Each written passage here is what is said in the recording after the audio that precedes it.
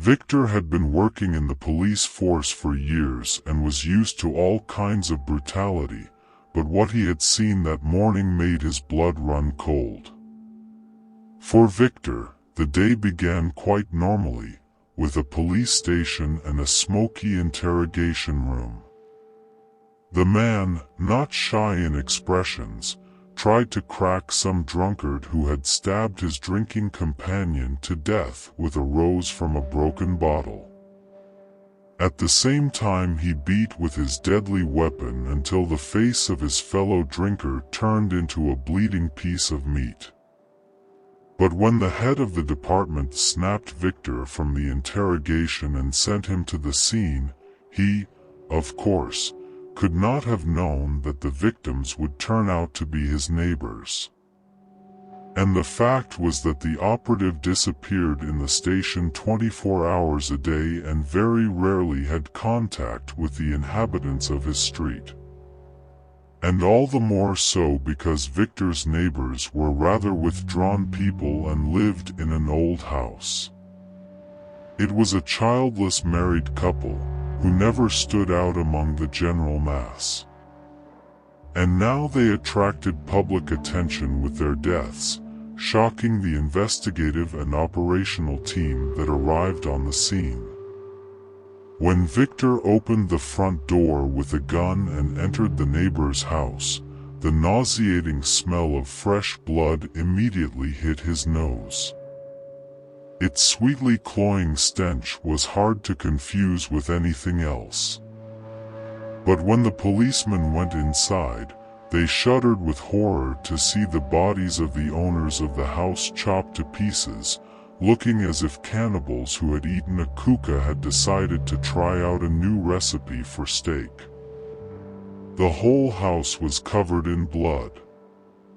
Torn scraps of flesh were lying everywhere, as well as viscera extracted from the contested bellies of the dead. There was blood on the walls, pieces of furniture, and even on the ceiling. It seemed as if the bodies of the unfortunate victims had been carried from room to room in order to stain them a scarlet color. Shuddering at the sight of such a gruesome spectacle, Victor felt a chill run down his spine. For such a thing too he was anxiously asked by Paula, who had worked in the department recently and courteously motioned to the senior copier. As if I knew the answer to that question, who would have already put a hole for the order on his tunic, Victor replied desperately, fighting the nausea rolling up his throat.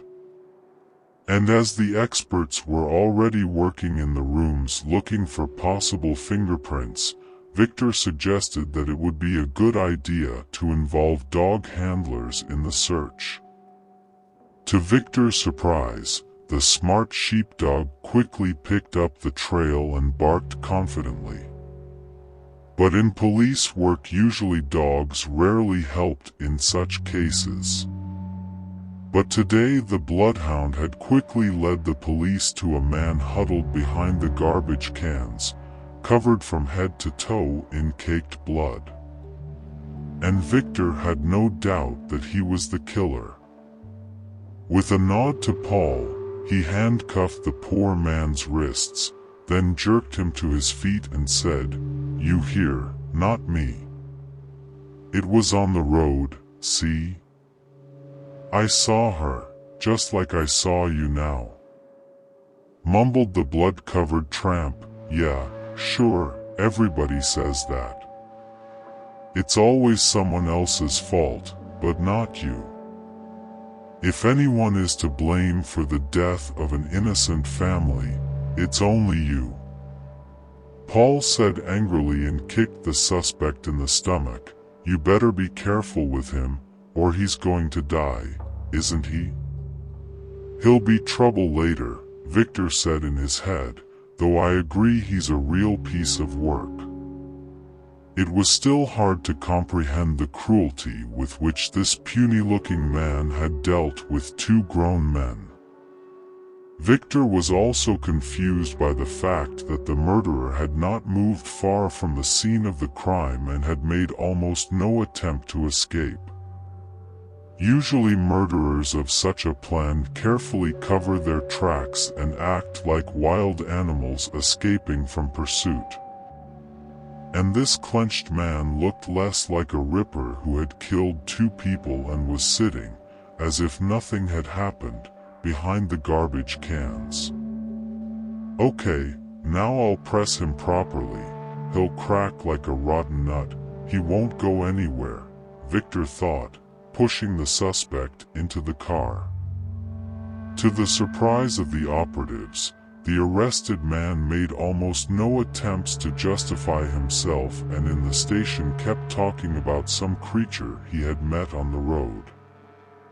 "You see, I'm just an ordinary insurance agent. I didn't touch anyone and I was just driving down the street on the route I had previously developed for my clients and that's all. And then I saw this creature on the road.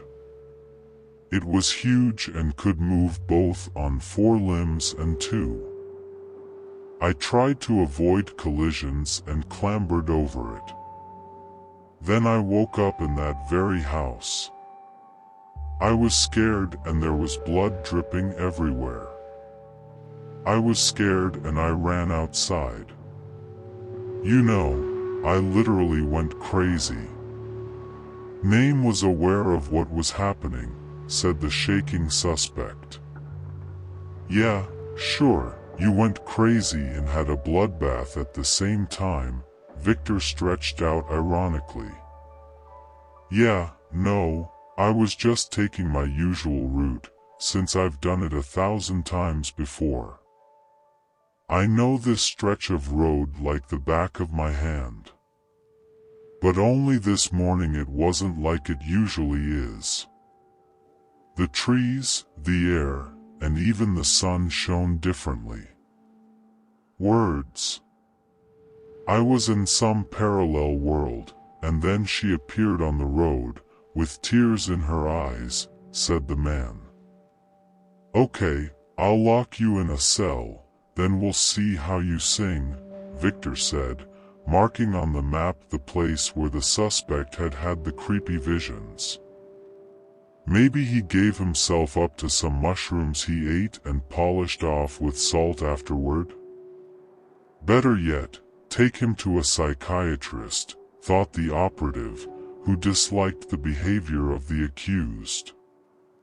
When Victor reported all this to the chief of the station, he grudgingly wrinkled his nose and then said, "But if you're so eager, I'm there with instructions to take him quietly. Just don't take too long, the investigation is now. Forensics is processing evidence from the crime scene. Footprints, fingerprints. We'll have the evidence in our hands soon enough. We'll nail this bastard, so he won't get away." Victor nodded and left the chief's office. At that moment the operative was most concerned with the words of the suspect. Victor couldn't understand why the man was lying so brazenly, making up some non-existent story. "Maybe on the way home I'll try to drive along this section of the highway," the operative thought, realizing how stupid his assumption looked. But on the other hand, it could be regarded as a kind of investigative experiment in order to understand the motive of the criminal. The operative got behind the wheel of his car and went on the specified route. The thing was that this section of the road was familiar to him, and no creatures had never been there, of course. Being accustomed to maneuvering between columns of cars, Victor rearranged himself into another lane and added speed. Nothing terrible was happening, of course, everything was as it always was. But suddenly Victor saw something strange ahead. At first it seemed to him that it was a huge dog. It ran out. But as the operative got closer to it, the strange creature changed and took bizarre and sometimes even frightening forms. Victor felt a prickly shiver run through his body, and the hair on his head stirred as if alive. No, it can't be. It's the same creature the man arrested for murder described, flashed through the operative's brain. When the outline of the creepy creature became truly huge, in order to describe it in detail, needed a whole platoon of writers in the genre of horror looked at Victor with its eyes burning with anger and opened its huge mouth, in which the man saw several severed human heads. They lay huddled together, filling the creature's gigantic maw. Blood and some black liquid that looked like swamp mud oozed from the corners of its mouth. This nightmarish brat could not belong to our world and was most likely born in the hells of hell. From fright and shock, Victor turned the steering wheel to the left and involuntarily his car drove into the oncoming traffic. The man instinctively surrendered. Up, there was a powerful impact and the ringing of broken glass. Victor covered his face with his hands and hit his chest on the steering wheel and lost consciousness. Of course, the man did not remember what happened next. Victor woke up in the office of the chief of the police station. His head was painfully sore, and his eyes were double. "Well, I'm awake now." "Come on, stop squirming," the chief said in a gruff tone. Victor looked at the colonel incomprehensibly and then asked, "What do I have to tell?" It was only after saying these words that the operative saw that his hands were handcuffed. "Tell me why you killed your neighbors." The experts released the results of the crime scene investigations. "Anyway, here goes. Your shoe prints were found in a pool of blood in the room where the bodies of the murdered men were found. Your fingerprints are even on the handle of my social knife that you dropped in the kitchen," said Bureau Chief Ve, eyeing the suspect with an unblinking stare. Victor began to think that everything that was happening to him now was a nightmare, and all he had to do to wake up was to open his eyes. But the handcuffs on his hands were as real as ever. The angry face of the warden unfortunately wasn't going anywhere. "Also, we found bloody towels in your bathroom that you used to wipe yourself with after committing the murder. Tell me honestly, why did you need to do that?" Anger sounded in his voice, said the colonel, who was ready to shoot the operative on the spot. I don't know how it happened. I was just driving down the road and I saw. Creepy. There's no way to explain it. Again the thought was interrupted as the operative noticed the colonel raise his hand and point to the door. A driver entered it, ready to take the prisoner. The operative, not realizing what was happening, tried to resist, but the guards immediately grabbed his arms and directed him toward the transport. In one motion, the colonel released the handcuffs and ordered the operative to be placed inside. Victor realized with horror that no excuse would save him. He was in the hands of the law, a suspect in terrible crimes, and a long prison sentence, if not life imprisonment, awaited him. The forces that had taken possession of his world and brought death and destruction were stronger than his own will. As he was being carried in the car, Victor pondered his fate and how it had all happened. He remembered the accident that had happened on that horrible stretch of road a few years ago. Victor remembered that one of the cars belonged to an insurance agent and the other was a police officer from a neighboring district department. Perhaps these were the same people who had died then, and now their souls were seeking retribution. The operative realized that the terrible events associated with this place were repeated today. Some dark duty had been imposed upon him, and he could not resist the forces of evil. Victor realized that he would have to pay the price for what had happened on that cursed stretch of road. The car transporting the prisoners arrived at the place where he would be held.